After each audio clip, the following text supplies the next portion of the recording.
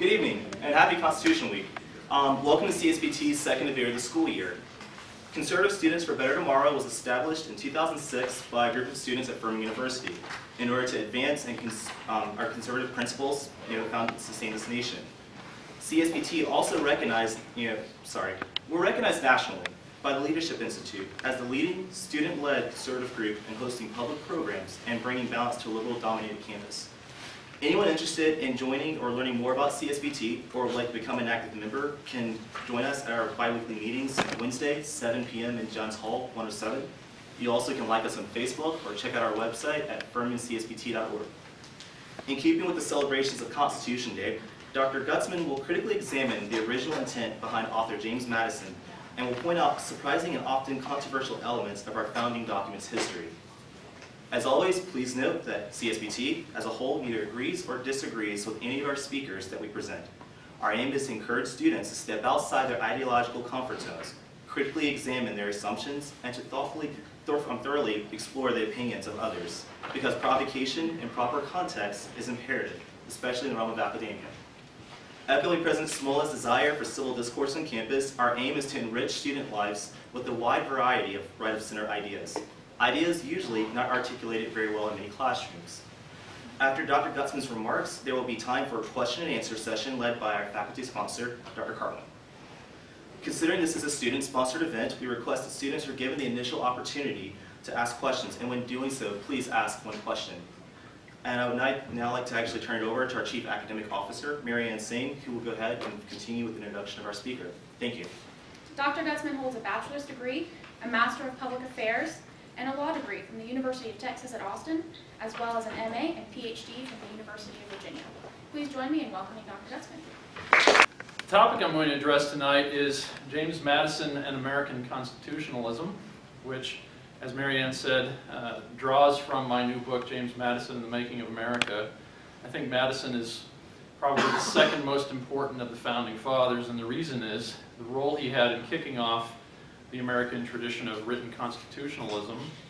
Actually, we probably don't recognize this often enough, but it was Americans who invented the idea of written constitutions adopted by the people's representatives. In fact, the first written constitution adopted by the people's representatives in the history of the world was the Virginia Constitution of 1776. And by coincidence, the youngest man in the assembly that wrote the Virginia Constitution of 1776 was 25-year-old James Madison. Madison would live to 1836, and between 1776 and 1836 hold all the most important offices in the federal government, beside taking the leading role in writing the federal Constitution and the Federal Bill of Rights. But it's my contention that the most important thing he ever did, he did when he was 25 in 1776.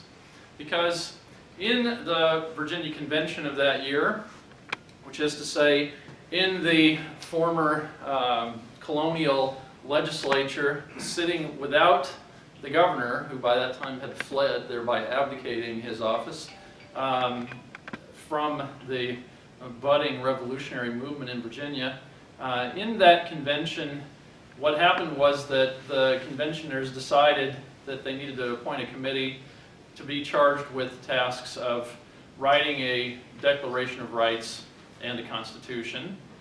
By this point, Madison had written on May 15th, 1776, already established its independence. And the way it did that was that on May 15th, 1776, that ruling convention of revolutionary Virginia adopted 3 resolutions. The first resolution said they needed to have a written Declaration of Rights. The second one, that they needed a Republican Constitution. And third, they said there should be federal relations with whichever other colonies would have them, and treaty relations with whichever foreign countries wanted them. So clearly, once they had made the decision to have a permanent Republican Constitution, Virginia was no longer part of the British Empire, and Madison wrote that night that they took down the old Union Jack from atop the colonial capital and ran up what he called a Continental Union flag. There then was a big celebration in Williamsburg of Virginia's independence, May 15th, 1776. So there's young James Madison, 25, son of the wealthiest, most prominent man in Orange County, which in those days was the outback of Virginia, was all the way at the western extent of settlement in Virginia. And he was, as I said, the youngest man, the unknown figure on this committee that was chaired by somebody else you've heard of, George Mason. Mason became famous to the point of having universities named after him because of his role in writing the Virginia Constitution. He actually took the lead in writing both the Constitution and the Declaration of Rights.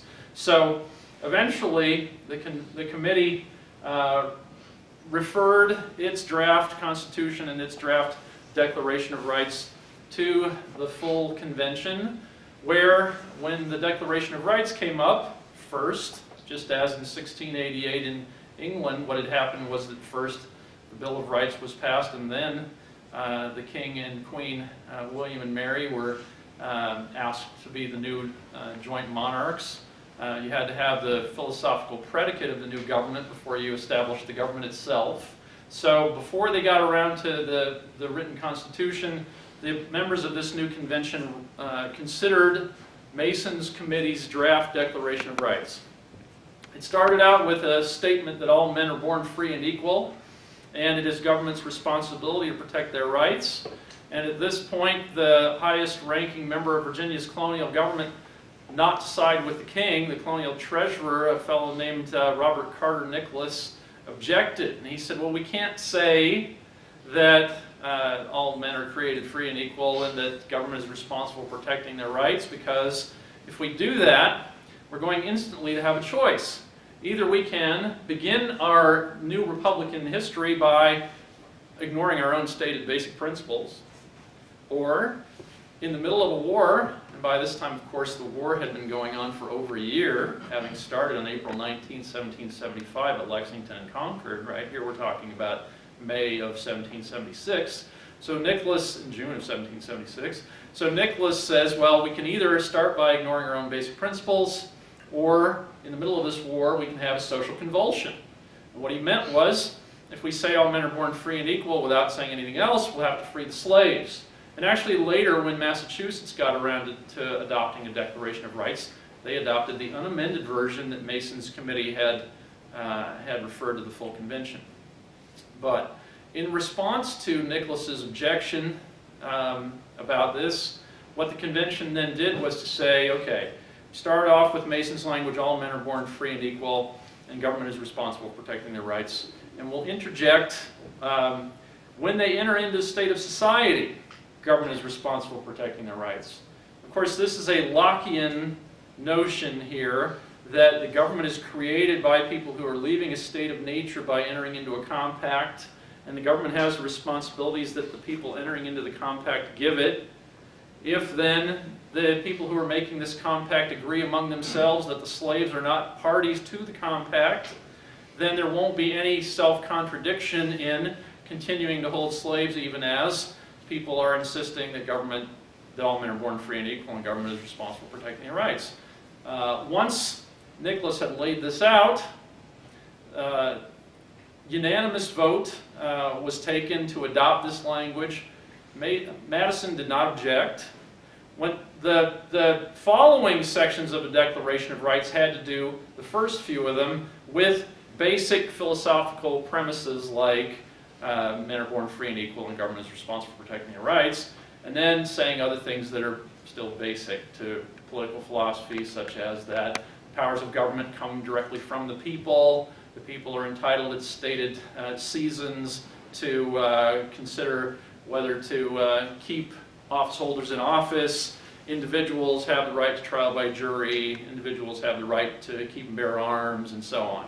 Finally, they got to the very last of these. Now notice, Madison's being essentially quiet through all this as this debate is going on, and all the senior members of Virginia's political society are participating. When they got to the very last article, what Mason had said in his draft was that all Virginians were going to be entitled to, quote, the fullest toleration in matters of religion.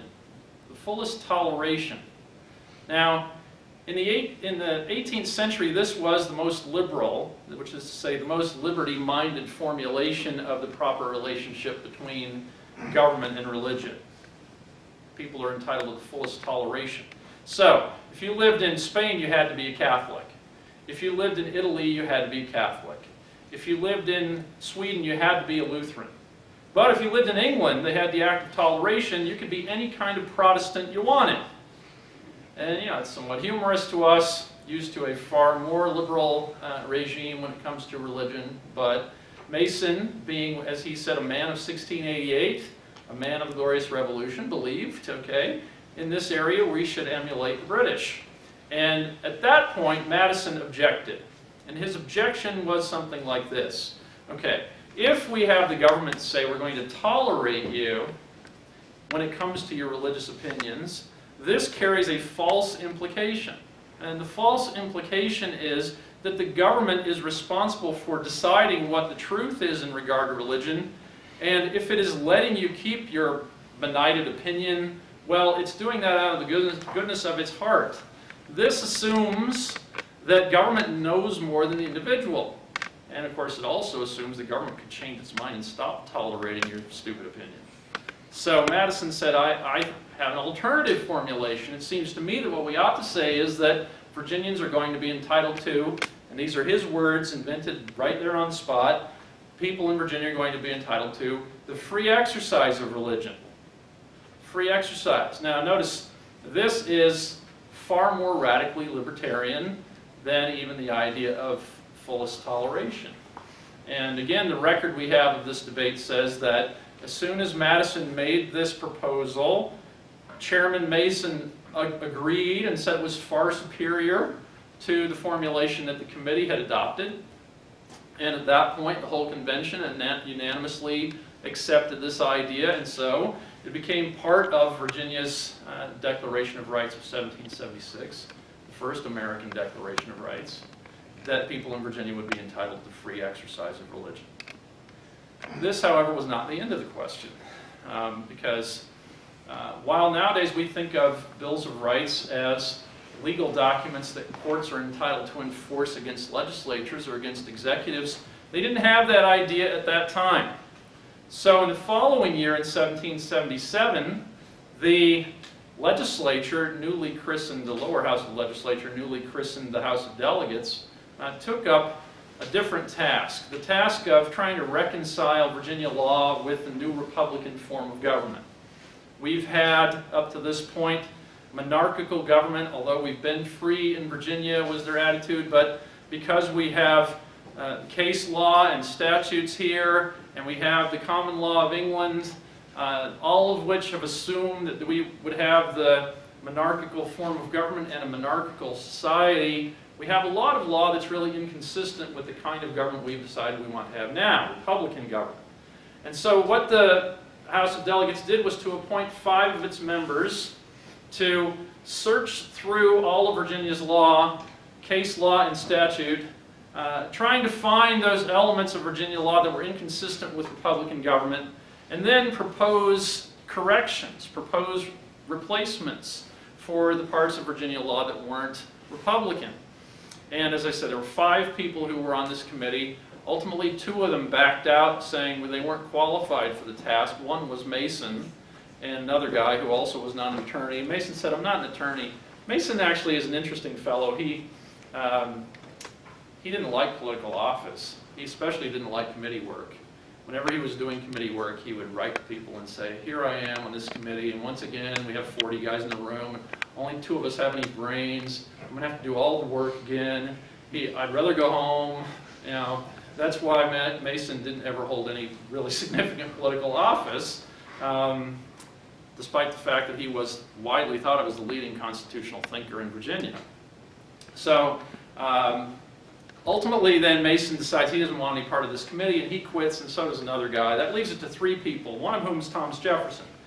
And Jefferson gets back to the question of religion. Now you might think, well, is Madison involved in this? No, Madison's not involved in this. And this has to do with an instance in which his personality got in his way. Madison, being a very young fellow and enwrapped in the philosophy of the Republican Revolution, had decided we should stop doing what we've historically done in Virginia in association with our elections. It used to be in Virginia, actually Virginia was the most rural jurisdiction in America all the way down to the 1950s.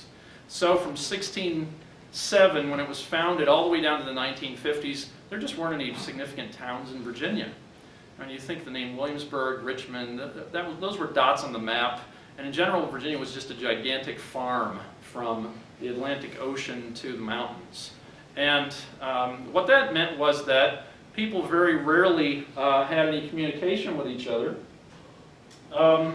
But when they did have communication with each other, it tended to be on court days or at elections. And actually the law said that about half of white men of sound mind were eligible to vote, which made Virginia a very democratic society by the standards of the 18th century, because again, if you lived in Russia, nobody got to vote. If you lived in Spain, nobody got to vote. If you lived in Italy, nobody got to vote.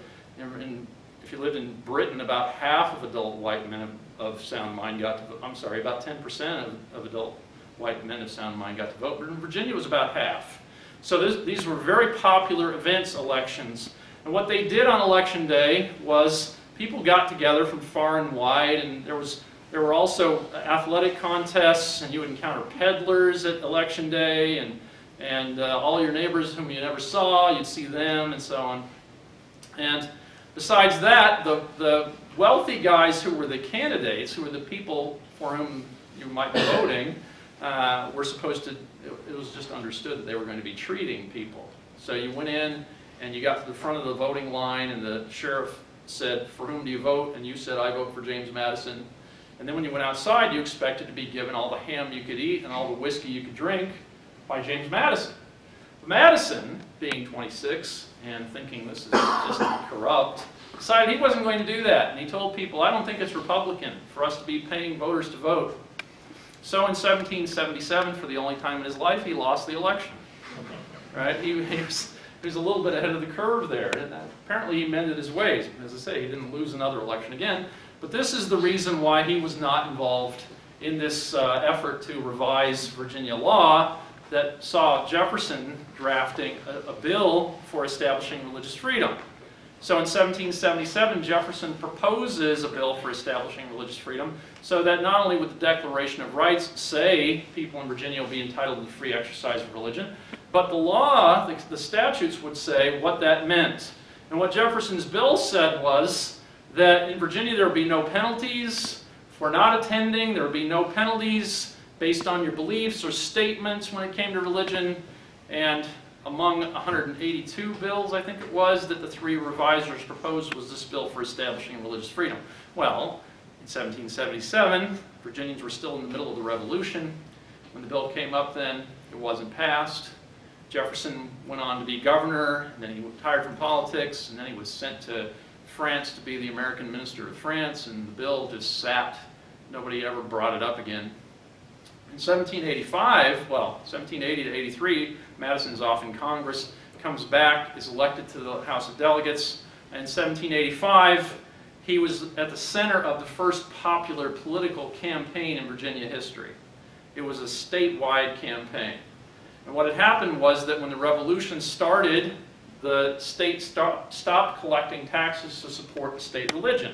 And of course the war is going on, it's unlike wars we have now, it's fought in South Carolina and in Virginia and in New York and Connecticut and so on. It's not fought overseas, it's right here. And so people have terrible property damage, they're suffering, many men are killed. It's a higher portion of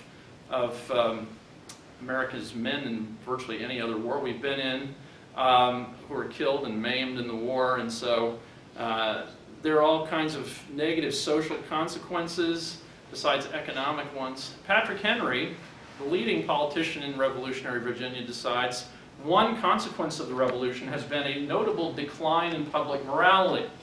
And how does he know there's been this decline in public morality? Well, he says, among other things, people aren't going to church, people aren't paying their taxes, there are a lot more tippling houses than there used to be, right? That sounds like a house of ill repute, but it was really what we would call a bar.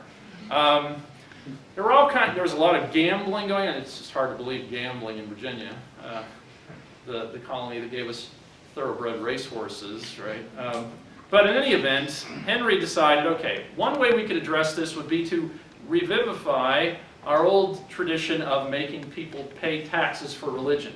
When the Revolution had started, the legislature just stopped enforcing the taxes to support the Anglican Church in Virginia. It didn't seem to make sense to make people during the war pay money to support a church whose head was King George III. Right, so that's still the state church, but we're not going to enforce it.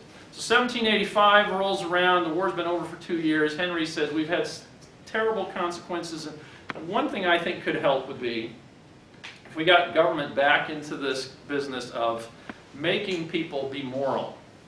And the way we'll do that is by what he called a general assessment. Okay, now, notice Patrick Henry was, as I said, the most popular political figure in revolutionary Virginia. Every time he butted heads with Thomas Jefferson in the legislature, Patrick Henry won. Every time he butted heads with James Madison in the legislature, Patrick Henry won.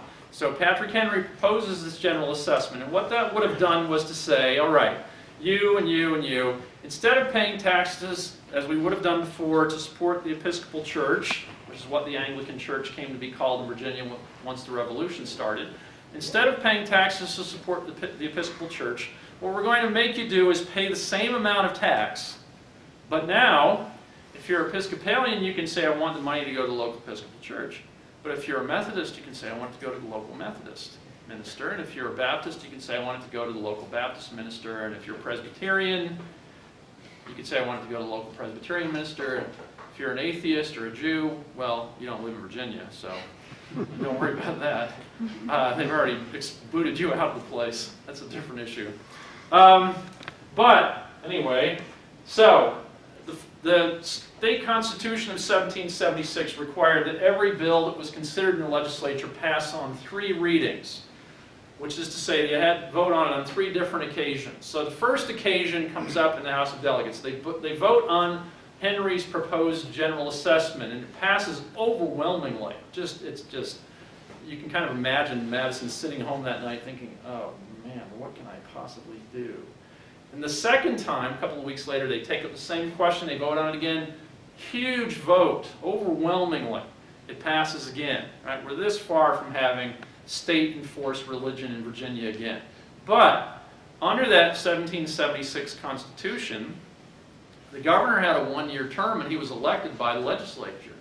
So after the second reading on the general assessment bill, Madison stands up the next day in the House of Delegates and says, Mr. Speaker, I have a proposal. I move that Patrick Henry be elected governor. And so Patrick Henry is elected to his 4th term as governor. The rule in the Constitution was you couldn't serve more than 3 consecutive terms. So Henry had been here in the legislature, pushing, among other things, his general assessment bill. And Madison thinks, I can get this guy out of here, we'll kick him upstairs. So they elect him governor. Henry then kind of leaves the room, and then Madison says, I propose that we don't vote on this right now. I think this is so significant that what we should do instead is we print 10 copies for every member of the House of Delegates, and we have them take these 10 copies of the bill home to their constituents, where we should have a full-scale public discussion of this idea of having a general assessment. And then, before we make our decision, we can get the people's feedback on it. So over the next several, now you might think, 10 copies? Suppose my congressman came back to our district with 10 copies of something, right? Who would see it? But in those days, they have public discussions, they pass these things around. Besides that, they circulated petitions on both sides. So for several months, they had a wide-ranging public debate in every county in Virginia on this question, should we have a general assessment? And Madison was persuaded by 2 of the senior people in the House of Delegates, George Mason, again, and George Nicholas, we're going to hear that name again in a few minutes, that he should contribute to this cause by, under a pseudonym, writing a pamphlet saying there shouldn't be a general assessment. And the pamphlet came to be called Memorial in Remonstrance Against Religious Assessments. So this is one of the classic writings in the history of world libertarian thought. Memorial in Remonstrance Against Religious Assessments is one of the main reasons why in America, if a girl goes to church, we don't cut her nose off or we don't have honor killings, or we don't crucify people. We don't have the kind of punishment for religious behavior or religious belief that they have in a lot of other countries. Madison's and other people's anti-religious assessment campaign was successful. Ultimately, 9 times as many people signed the no petitions as signed the yay petitions. So when the House of Delegates next met, the question of the general assessment came up. They decided not even to vote on it. We're not going to consider it. That's it. It's just done. And then Madison, once they made that decision, Madison says, I have another idea. My friend Thomas Jefferson's 1777 bill for establishing religious freedom. So they quickly take 3 votes, and Virginia became the first polity in the history of the world to go on record as officially secular. Now you might think, well, okay, officially secular. What does this mean? Does this mean that Mr. Madison disliked religion, didn't think it was important, didn't respect God, didn't believe that people should pray? No, it meant the opposite. And actually the argument he had made in Memorial and Remonstrance against religious assessments was basically the most extreme evangelical position in Virginia at the time. See, by coincidence, or you might say providentially, however you look at the world, by coincidence, Thomas Jefferson and James Madison lived in neighboring counties in what's called Piedmont, Virginia, again, the outback, the westernmost part of settled Virginia at the time, Orange and Albemarle counties. And Orange and Albemarle counties also happened to be the 2 counties that were the center of the Baptist movement in North America. So Madison had many, many Baptist neighbors, and so did Jefferson. And in his Memorial and Remonstrance against religious assessments, Madison laid out the evangelical case against having church and government be related, having government support the church, having church support the government, and what he said were several things. And you find a similar kind of argument in the first section of Jefferson's bill for establishing religious freedom. Actually, just as an aside, it's kind of interesting. Historians always call it Jefferson's bill for establishing religious freedom. And this is a result of a successful propaganda effort by Thomas Jefferson. Now, when Jefferson was an old man, and I hope you all know that Jefferson was a great artist. In fact, in 1976, at the time of the American Revolution bicentennial, the American Institute of Architects took a poll of its members and asked, what is the outstanding architectural achievement in the United States? So the bicentennial, we're going to see which is the best architectural feat in America, and they overwhelmingly voted for the University of Virginia. And so if you go online and Google Thomas Jefferson sketches or Thomas Jefferson drawings or drawings University of Virginia, you will find the most simple and beautiful, or is that redundant? You'll find the spectacular sketches that Thomas Jefferson did in pencil of the buildings in the central grounds at UVA. But he turned that, in this case, he being an egotist, and Jefferson was nothing if not concerned with his own reputation before history. He wanted us to love him, and Madison didn't really think about this kind of thing very much, but Jefferson was very interested in having us all love Thomas Jefferson.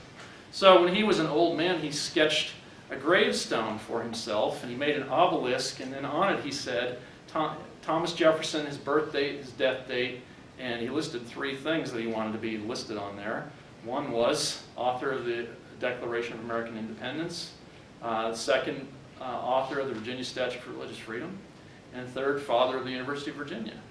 And I put this to you, right?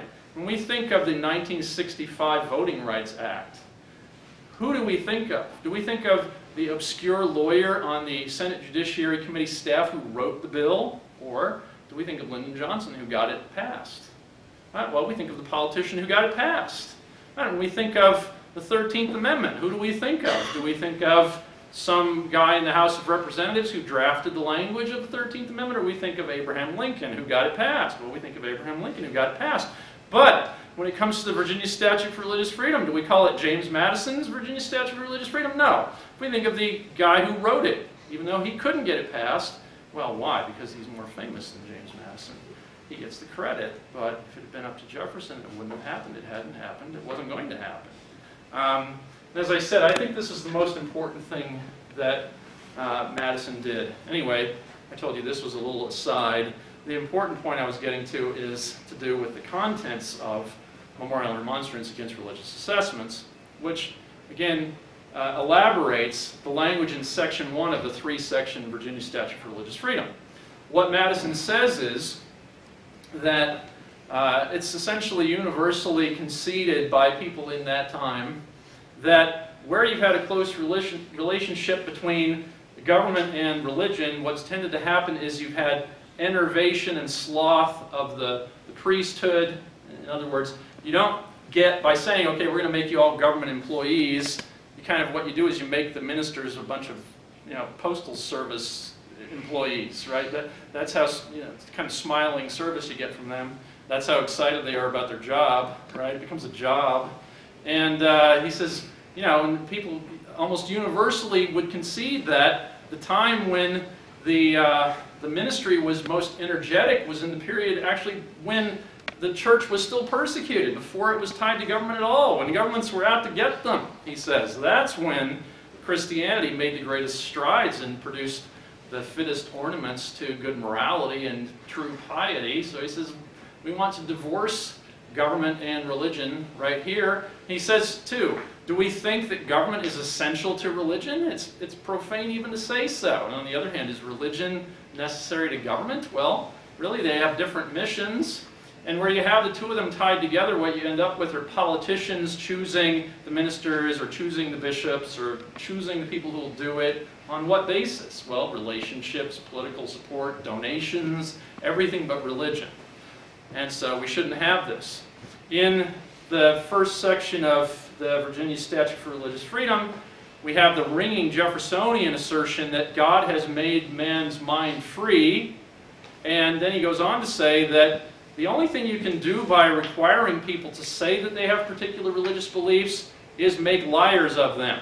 So if you said to somebody, you have to, okay, you're a candidate for president, you're about to be elected, but you only get to take office if you swear you're a Christian. Are you a Christian?